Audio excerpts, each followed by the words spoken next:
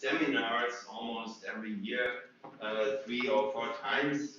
If there is update of regulation coming from the EU level, we proactively inform them, and we interact entirely via the internet. So we have paperless communication and file systems already in place. Well, now I would like to explain that what is coming up in 27 as a part of the Fit for 55 package is the EU ETS2.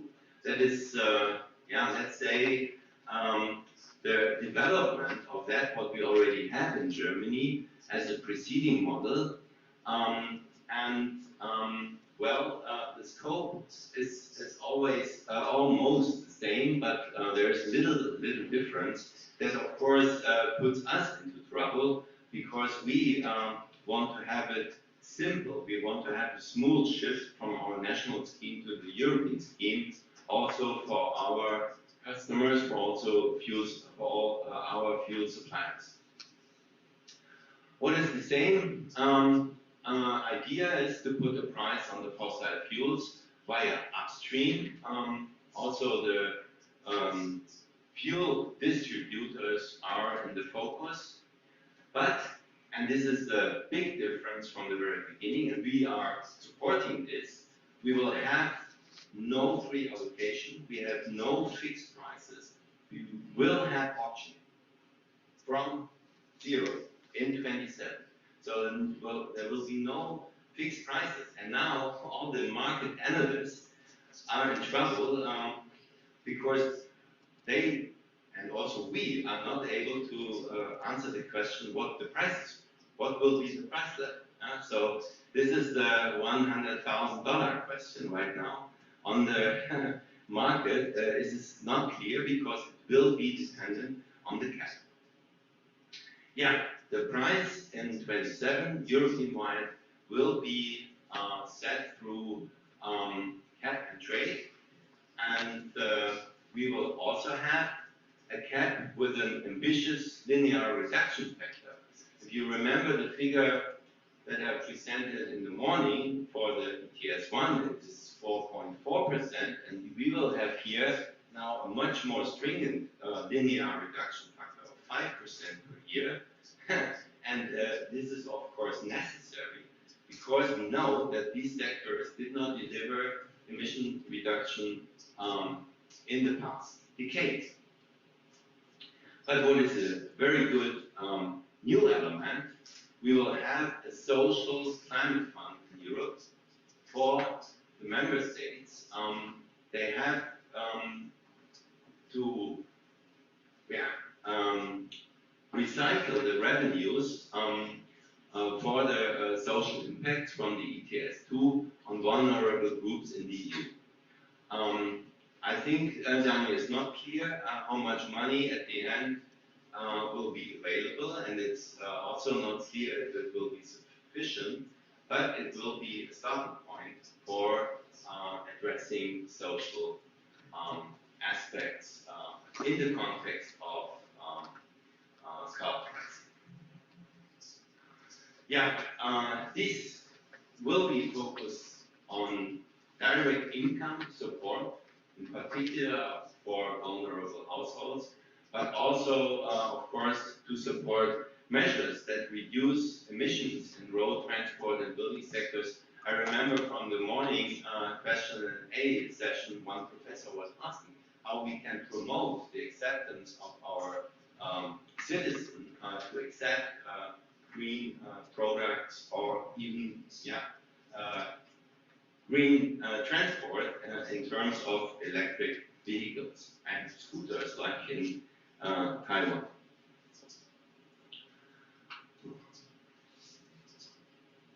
Thank you. Yeah, the system will start in 2027, and now we have to take notice that the monitoring procedures will already start next year in 24. So our fuel suppliers in Germany, they will already have to report the emissions, what they do already in their national scheme, but there will be no surrendering of allowance. The surrendering of allowances, also the compliance obligations and the cost will incur in 2027. And the first year of surrendering allowances in the registry is then the upcoming year 2028. Yeah, and the differences, and this puts us into a little trouble, are from scope and price formation, and also the compensation in terms of double count. Our target, of course, is now not to have two parallel systems, what on the legal basis is the fact, but we want to implement it smoothly for our customers, that there is not additional administrative burden. Yeah, it's also a challenge, the very short timeline for all the participants, but this is actually what we know since 15 years. Everything is coming in the last second, coming into effect, and then the competent authorities, but as well the consultants and all the participants are put into trouble to make the system running within a couple of months or weeks. This is a challenge, but to be honest, this is our job since 15 years, and it's still fun and brings us together for close cooperation. Yeah, here again, in this table, the main differences that I would like to focus on. The good thing is that all the fuels will be covered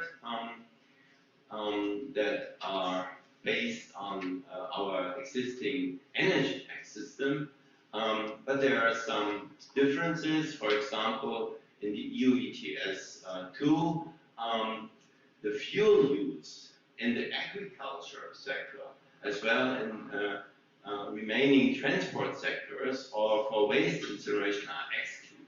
So Germany has now to check the option of how do we call it, opt-in, the opt-in option, exactly, that we need the okay from the EU level that we will also cover these sectors that are not within the scope so far. There are differences in the deadlines for reporting as well for surrendering allowances. This we will have to change and to adapt. But the most important thing, and this I would like that you remember sharp, there are no fixed prices foreseen in the European scheme. The price formation will be on the market from the very beginning. There is, of course, a risk that the prices will be very high. That's true. But I think this is still under negotiation of the cap, as well as for cost containment measures. There is a price level of 45 euros foreseen that there will be additional allowances coming on the market. So we really need to be sensible with these issues, that the prices will not be too high in terms of more than 100 euros. Anyway, one day we also expect prices on that level, thinking about end of this decade coming up in the 30s. But this is, I think, an important issue. Yeah, compensations. We do have compensations in our national scheme for those sectors that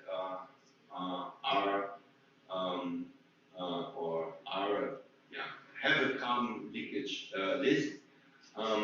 This is relevant for the opt-in sectors, and we also need to implement mechanisms to avoid double counting, double carbon pricing. It can be reduced to a certain level from our national experiences, but at the end, in certain cases, you need to compensate those carbon costs that already are covered by the EU ETS1. So we want to charge CO2 prices only once, and want to avoid double counting. Okay, so what are now the impacts so far of the national scheme? The prices of 30 euros are pretty low. That means 7 euro cents per liter of petrol or gasoline, also of diesel, and we observe now 0.6 euro cent per kilowatt hour use of natural gas. So this is not even 5% of the final price to the consumer. So it is a cost element, but it's not the decisive one. Yeah? So this gives, from our point of view, from UBA, who is supporting the government with results of our metal links, that with these currently fixed prices, we do not put the end consumers into trouble, but we also do not significantly support the ambitious climate protection targets for 2030. Yeah? So our recommendation is, of course, and we are very happy, I think Daniel mentioned this already, that the EU ETS will start with the binding cap and market pricing in 2027. Yeah, and the emission reductions in the building and transport sector at the EU level so far are very low, only around 13%, in contrast to the base year of the ETS1, 2005.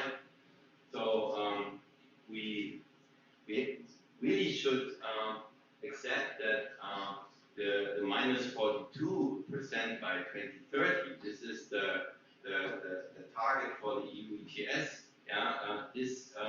To achieve this target, we must to increase our emission reduction 4 times. This is incredible high rate, and so we really want to have higher CO2 price levels at this level, and we also recommend to our national government now to act, also to increase the prices of our national scheme.